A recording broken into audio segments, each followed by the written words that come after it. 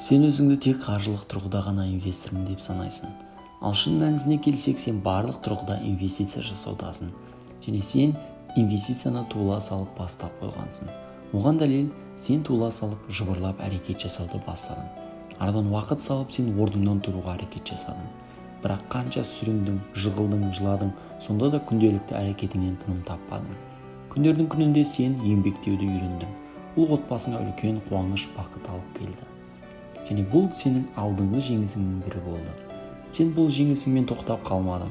Күннен күнге көбірек әрекет жасай бастадың. Енді сен тұруға ұмтылдың. Бірақ әлі буының қатпаған ба, тағы да құладың, жығылдың. Сонда да өз әрекетіңнен тоқтамадың.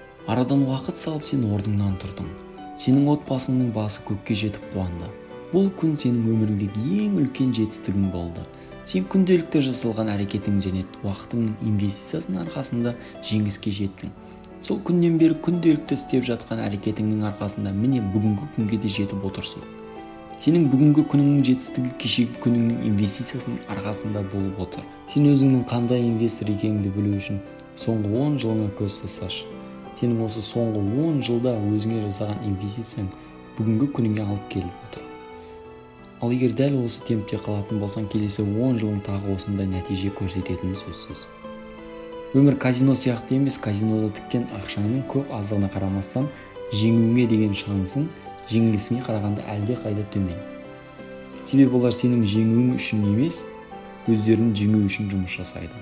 Ал өмірде сен қанша көп уақыт, әрекет және басқа ресурстарды инвестиция жасайтын болсаң, сенің жеңіске деген шансың сонша есе көбейе түседі. Бүгінгі күнде сенің келешегіңе деген дұрыс инвестиция жасауыңа деген қолайлы күн жоқ.